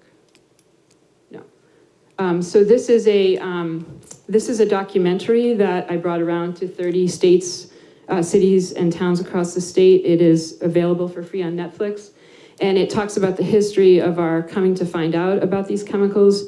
It turns out the companies have known for about 70 years about the health effects associated with exposure to these chemicals and did not tell anyone. So this movie called The Devil We Know is available on Netflix for free. And I just actually returned last night from Washington, D.C., where we had a premiere on the Hill for congressmen and senators, the new film called Dark Waters, which will be in theaters next week, I think. No, in a couple of weeks, here across the United States. And that is another wide, a big screening of a movie that will get more access, more people will be able to access than this documentary. But it goes into what has happened historically. It's basically what happened is an attorney in Parkersburg, West Virginia, it was reported that one of his grandmother's neighbors had cows that were dying from exposure to some unknown chemical. And so through his class action lawsuit, a large health study, the largest ever done on humans, 69,000 people were studied for the effects of exposure to these chemicals in their drinking water and the air. And they found connections to 6 different chronic diseases and cancer. They found connections to testicular cancer, kidney cancer. There was some prostate cancer, although not necessarily 100% known to be tied. Definitely elevated cholesterol, thyroid disease, pregnancy-induced hypertension, ulcerative colitis, and now we're starting to find out with additional studies about connections to possibly to breast cancer, to vaccine efficacy in children, immune system suppression, and other hormone system disruptions. So these chemical companies have known for 70 years. They've done internal studies that we now have access to the documents through these class action lawsuits. The state of Minnesota also had a lawsuit against 3M. And so that uncovered a lot of documents in that process, which tells us a lot about what the companies have known about the health effects that we're just finding out now. So a couple of attempts since the first year I was at the House, I tried to look at what the possible drinking water exposure limits should be in New Hampshire. We're not seeing a lot of movement from the EPA on the federal level in trying to come up with safe standards. So lots of states are moving toward protecting the people in their states from exposure in drinking water. SB 309 was signed into law by Governor Sununu in June of 2018. And the very important clause in that bill was protecting human health at all life stages, including, but not limited to, prenatal development and early childhood. And that was important because we generally, when we look at exposures, we look at 175-pound males as the model that you look at for exposure. These chemicals in particular, I knew were very dangerous for children, young children. And in the middle of the process, so what happened was on January 1st, the state of New Hampshire had to propose levels, which pretty much mirrored what the EPA said. And then in the process of that public process, the state of Minnesota came out with a study that was very concerning, that showed very high levels of these chemicals are delivered to babies in the first year of life. So here you can see the spike right here and the spike right here. This is through direct water ingestion, and this is through, I think, breastfeeding. I can't read it right here, but they looked at what level of PFAS is delivered to these children through breast milk that's contaminated and through drinking water that's used to mix baby bottles. And so we see that spike happening in a very concerning level, developmental window for those children. So this is what this scientific study that looked at the effects on children, and what they were getting was what caused the state to then come out with a lower standard for PFAS in the final proposal. And when you look at what other states are doing, New Hampshire isn't actually doing something really outlandish. Here's the EPA numbers right here, 70 and 70 for two of the compounds. New Hampshire now has enforceable drinking water standards for 4 of these PFAS compounds. I should have said that we knew about 4,700 of these PFAS chemicals existed, but through work recently, we know now of about 150 more through some work that's been done over in the Merrimack area. So there's about 5,000 of these PFAS chemicals that have been on the market for about 50 years at least. We have enforceable standards in New Hampshire for 4 of these now. So we're trying to catch up with the chemical manufacturers in terms of regulating these chemicals. And if you look at other states, New Jersey, pretty much in line with New Hampshire. If you look at Massachusetts and Vermont, these are actually much more strict, even though it says 20. All 6 of these, I think it is, in Massachusetts will have to be a total of under 20. So this is a little bit deceiving. The same for Vermont, they are regulating 5 of them. They all have to be total under 20. If you look at Michigan, proposing some much more stringent than New Hampshire, and New York is around the same as us, and then Minnesota is around the same for most of them. So pretty much in line with, the more we learn about these chemicals, the more we look to regulate them at lower levels in drinking water. Are you interested in the Coakley landfill? Okay. So I kind of mentioned this, so the task force was formed, and one day at one of the meetings, a local person said, well, what about that dump on the hill that's been there for a long time? And we had all sort of forgotten about it. It's the Coakley Landfill Superfund site. It was stripped of the soil and rock in the late 1960s, early 70s, and then they had a big hole sitting in the highest part of the seacoast, and they figured they'd just dump some stuff into it. And so in the late 1971, it was permitted as a municipal waste landfill. In 72, it was permitted as a hazardous waste landfill when the state came back and said, we now know that you're putting hazardous stuff in there. So as you can expect, this is the highest part of the seacoast, like I said, so water from that high point goes in all directions away from the landfill. So this is a aerial photograph from about 1984, I think it is, of the landfill. You can see there's some ponded liquid material here and here. I'm not sure what that is, but these trenches were dug to make sure that the fluids could move away from the landfill. So they moved to the west, but the problem is here's the railroad bed. There are 4 surface water bodies that originate to the west of Coakley Landfill. One is Berry's Brook, which flows to the north and out to Odiarn Point. One is Little River that flows down through Hampton to Hampton Harbor. Another one flows over to the east down here, Bailey's Brook to Rye, and then one to the west is Norton Brook. It flows into Greenland. So these 4 water bodies have received chemical flow from the landfill since the 70s. About 100 and something entities dumped in this landfill, including the Air Force and the Navy, and other chemical companies that came up from Massachusetts and municipalities. Actually, the Coakley Landfill Group, the responsible party, is 63% of the responsibility of the existing Coakley Landfill Group, which is, a group of municipalities. So there were a lot of reports early on about, it keeps shutting off. There were a lot of reports early on about dumping that happened. The city of Portsmouth operated a gate between 9 and 4, and residents reported that dumping was happening after those hours. So they found things like drums. This is a Portsmouth Herald article photograph from 1983. This drum had a cyanide label on it. So they found drums in the landfill they weren't supposed to be putting drums in there. And this is a 1986 Portsmouth Herald newspaper article that says cleanup is still years away. And I think what struck me about this is you could probably put this in today and it would be the same thing. Not much has changed, although we have done a lot of work. The Cancer Cluster Commission has really looked at what's been going on here. There were a lot of questions that started to come up. Why did the original EPA decision get overturned? We couldn't figure out why that happened. It was the only EPA Superfund site in the whole New England region that happened. There are 20 Superfund sites, by the way, in New Hampshire. And we started to look at the Department of Defense had given $5.25 million to the Coakley Landfill Group to put in an active remedial system that would have stopped the flow into those surface water bodies to the west.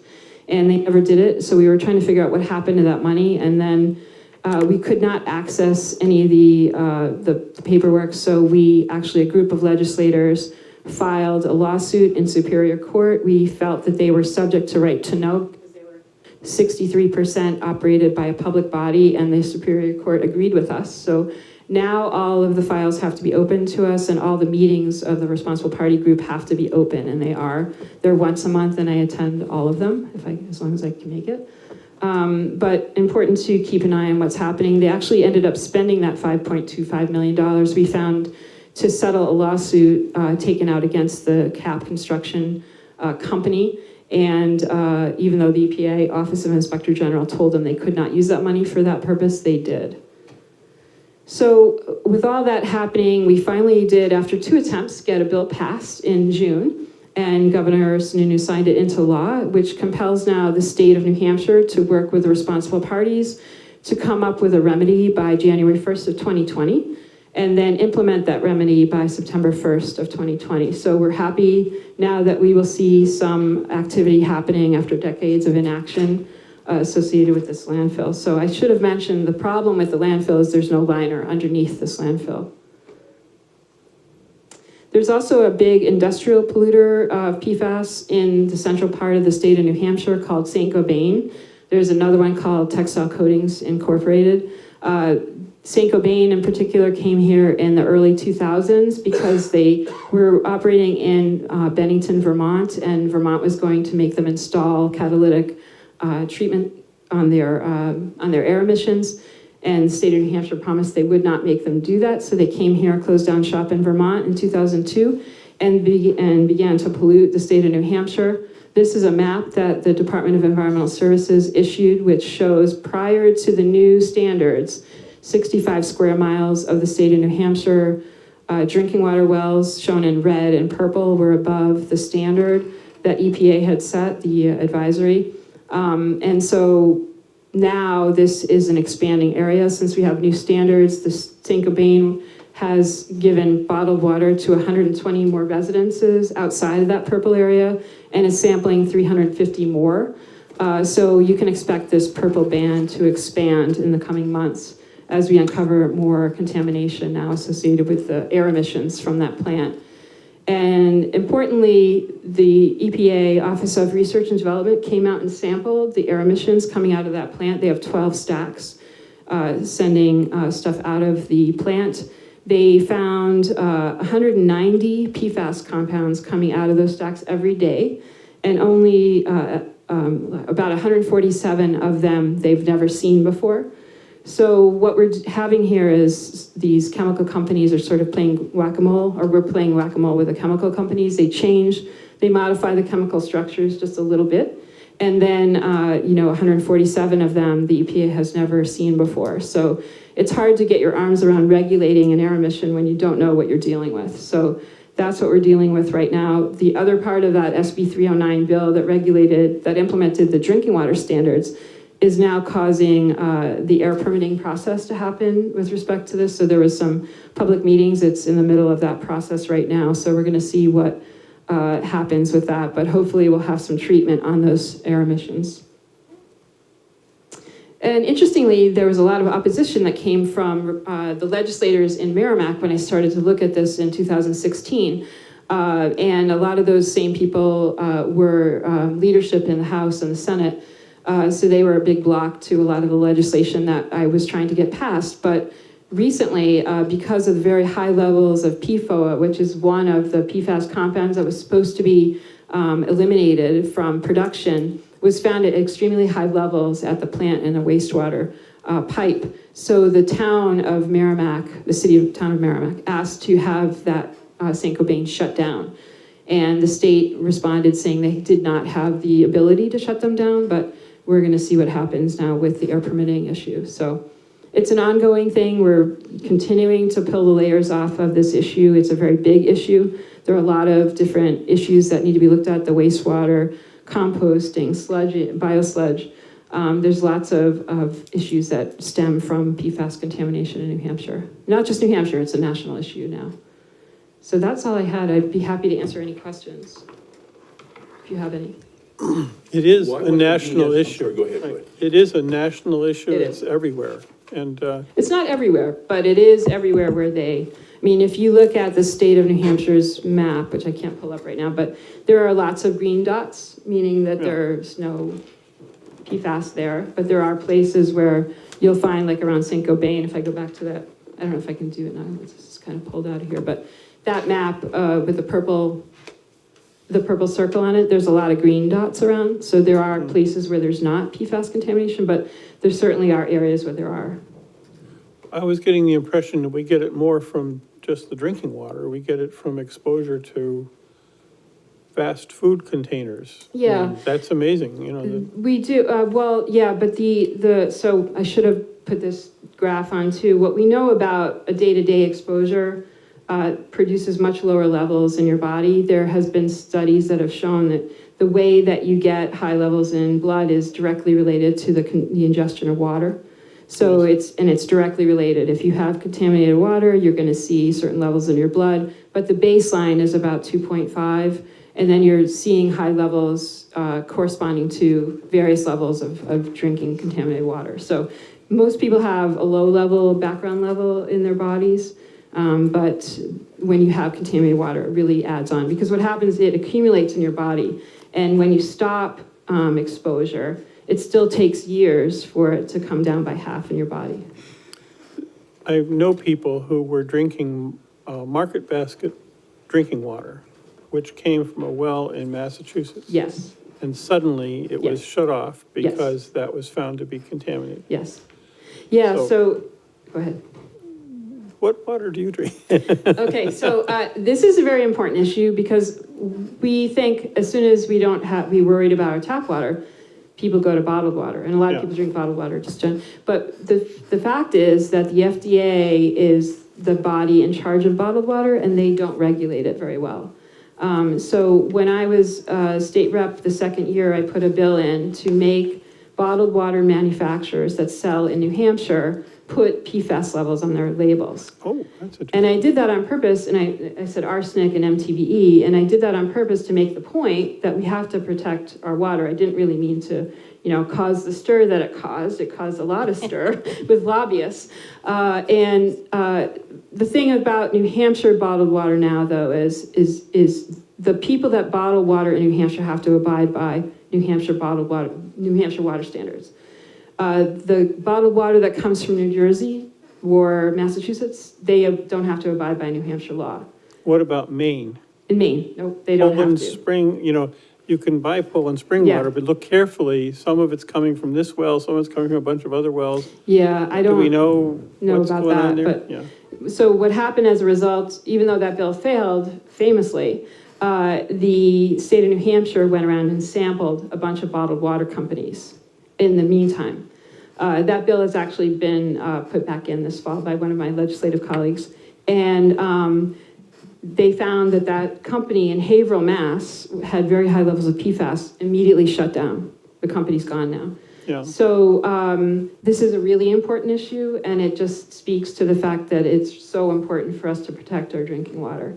I used to say on the floor, you could buy bottled water from New Jersey that would have less arsenic in it than the bottled water that you buy in New Hampshire, because our law in New Hampshire was twice what theirs, the arsenic level was. So now it's not that way anymore, but bottled water in New Hampshire follows bottled water. So I drink Monadnock spring water. We have it unfortunately brought in because I know that it's been tested 3 times for PFAS and there's not PFAS in it. How's Exeter doing? You had a graph that showed that there were 4 PFAS compounds that Exeter, was dealing with. And we have data that was released just recently Yes. that shows that we're under the Oh, good. the current level in those 4, but you're saying there's hundreds, so I don't know. There's what to make thousands it. of them. Yeah, so what do? We just assume that because we're low in the 4, we're probably okay for the.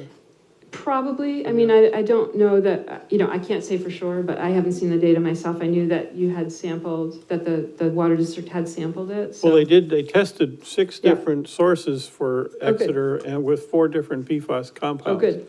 And every one of them turned out to be lower than the current level, but the level's gonna be rethought after time. Oh, so right? it's not compared to the new level that went Well, into I think- effect? Well, I've got the numbers in front of me, Okay. sorry, Carl Wickstrom. I've got the numbers in front of me right here. The highest one, and most of them are less than detectable, but the highest one is 4.8 nanograms per liter. Yeah. So that's the highest, and there's 6 of them. So most of them are undetectable completely. That's good then. Yeah. Good. Good. You were gonna say something, Lionel. We rely on the DES. Why didn't the DES require the plant in Merrimack to stop? What was their justification? That's a good question.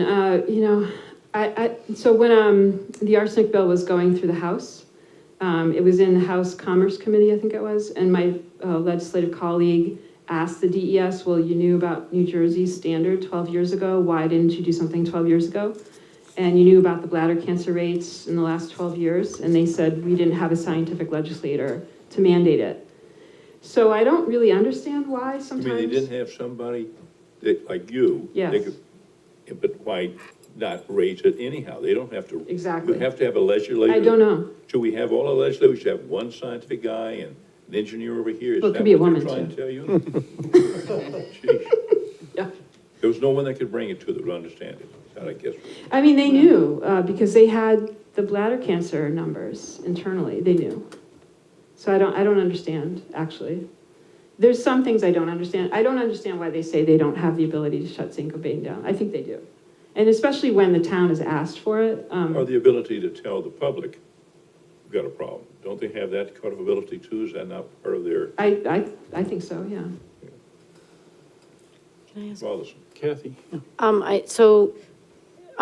The arsenic levels are going down again. I own a condo up north and I'm worried that the cost, how are we, because, I'm a select Yep. board member and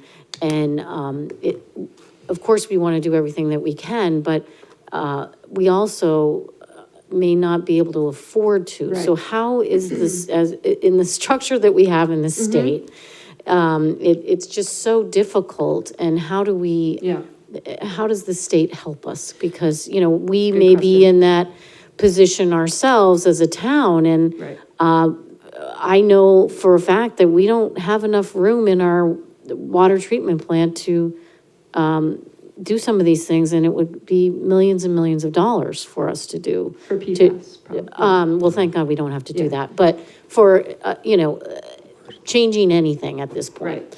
So, we just put in a $55 million sewer treatment plant, and when you're talking a town of, 15,000 people, that's, Yep.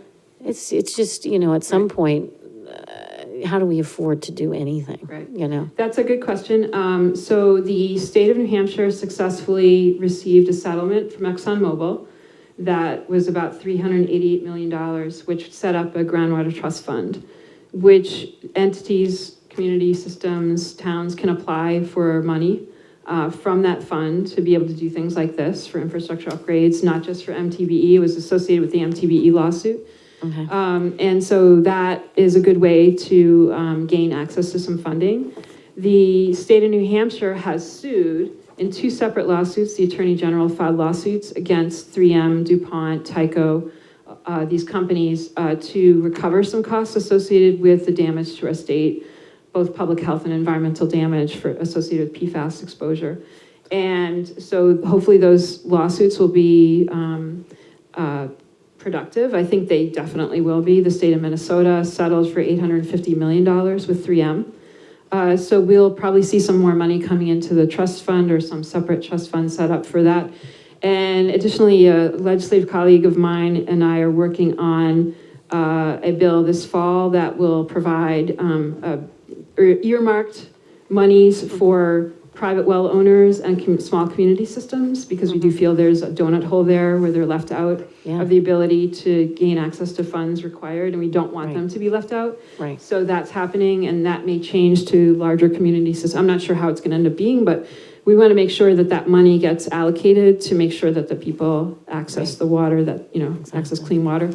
And so then I also, I try to bring it back to those high rates of cancer too, though, and especially when you look at children with cancer, the money, it's very expensive to have children with cancer, not to mention the long-term effects on a family if that child doesn't make it, which is the case in the Rye area, the cancer cluster area.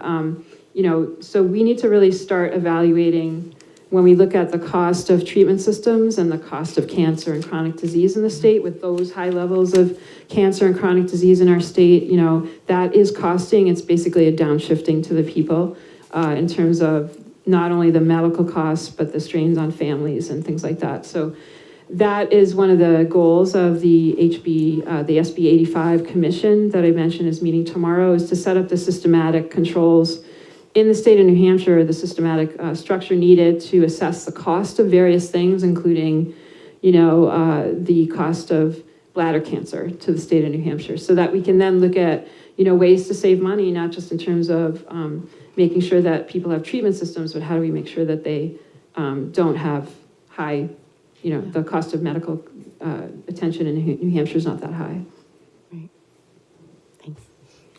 Can you help me Terry Harmon, can you help me understand the Coakley landfill on the highest point? And it's unlined. So how far will the leachate, or whatever you call it, trickle out? How far will it go? So this is a very big point of contention and has been for several years now. So it's on, first of all, every time I would say radial flow, meaning it goes in all directions, I would be interrupted by the EPA for saying that, but that's like a basic fact, when water flows downhill in all directions. So they finally now come to not doing that anymore, and now they accept that it does. And I just found out in the last 2 weeks that the EPA commented on a report that was generated by the consultants for the PRP group, that now we know there's contamination in all directions that exceeds current state standards. So this is a big development in the process. Unfortunately, it's taken us this long to get this far. The other difficult thing about that is, like I said in the beginning, the soil was stripped away. I think I forgot to mention that they blasted the rock. So not only were there already existing fractures in the rock, but they blasted too, so that created bigger fractures. And when you get contamination in bedrock, it's very difficult. It can not move at all, or it can move like it's in a pipe. So it's difficult to assess how so one of the comments actually the EPA made was that, it's not really a porous media, so you can't expect the flow to happen at the same rate in all different ways or all different methods. So that's a developing situation too. I'm concerned about, because some people will say, well, it's in the fractured rock that's really connected, it can go forever really fast. So it's difficult to assess. That's precisely the problem we had here in Exeter, because the pollution from the dump got into the bedrock, into the artesian wells. That's where we found out we had problems over a fairly large area, was it had traveled through the crack and Yeah. fissure systems. Yeah, exactly. And in a space of not all that many years, Mm-hmm.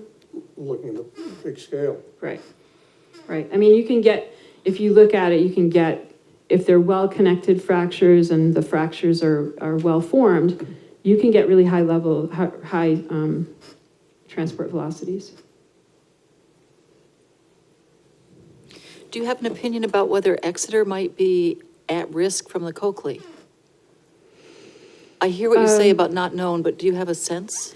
I can't really say, I would have to really look at that, but I can, I can look at it. Do you know where Coakley is?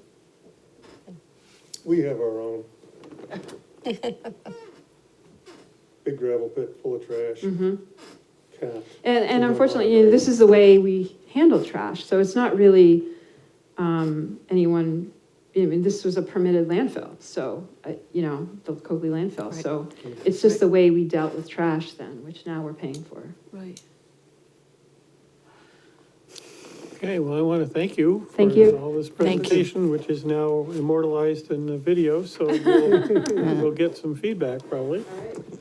I wanted to mention that we have a 2019 New Hampshire Coastal Climate Summit is happening on December 4th, and I think you could still apply to go tomorrow. I think that's the deadline. It's 8:30 to 3:30 on December 4th at the Hugh Gregg Coastal Conservation Center in Greenland. And, I'm going. They want Kathy to go. I'm going. I've already signed up. oh, okay, well, tell us all about it if we don't get to go. Good. And the other thing I wanted to ask about was the Exeter Library renovation. We were going to invite someone to come and tell us about that. Is any? What would you like to know about it? Kevin Leonard is the person that we might invite, but I don't know where we are with that project, whether it's time for him to tell us about it, or is it too early? I believe Kristen has an application on her desk from them, so that's Okay. where it's at. Well, I'll mention it, and then They've, somebody can get back to me if there's a possibility of putting that on our agenda. They've been in front of ERLAC, and they are just about ready to go out to bid for all of the construction, actually. Yeah, okay, well then, someone might want to tell the public what it's gonna be like when it's done. Anyway, we had that on the list. I of think actually they possible need to go to the planning board and the,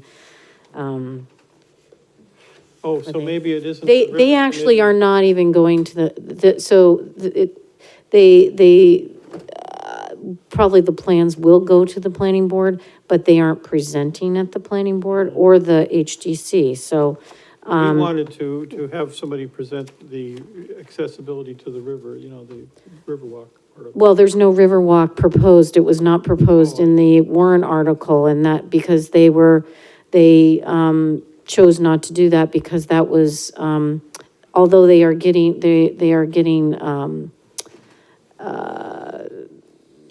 DES approval for it, there is no funding for it, so I don't know why they would, none of it has changed as far as the river is concerned, because we just can't afford it, So maybe it's basically. less of an issue for our committee to host. Right. Well, Don, did essentially, you the wanna say river something? walk, they're calling it a river walk, and it's kind of like the wrong term to use. The It's river really deck. It's a deck that'll go around the backside of the library, connecting to the, from the library to the, Founder's Park.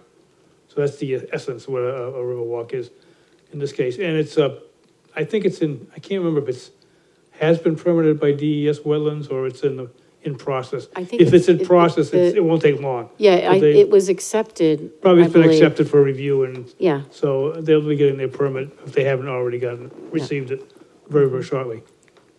I will say, can I say something pertaining to the river and the library? Sure. Is that their theme and their, a lot of their, interior is, relating to the river. So, in the children's library, the reference desk, over the reference desk is actually what I might call like part of the river, it kind of, there's like a wave, let's just say. And much of the paint and the, carpet is related to water, since they're reflecting where they are along the river. So that's exciting. Okay, before we can go, we have to pick a date for the next meeting. If we do the third Thursday in December, it would be the 19th. And I'm not sure anybody wants to do December 19th because it's getting close to Christmas. Do we still have a quorum? Yeah, yes. So the other alternative would be to wait until January for our next meeting, and that would be January 16th. Do we have anything we need to talk about? It's really, We don't have any major presentations, and I think Paul, only slipped on, Paul's indicated very little. yeah. I know, only slipped to January. Okay, Real reason otherwise. okay, I think that's probably a good idea, given the holiday season. January and what? So the third Thursday in January is the 16th.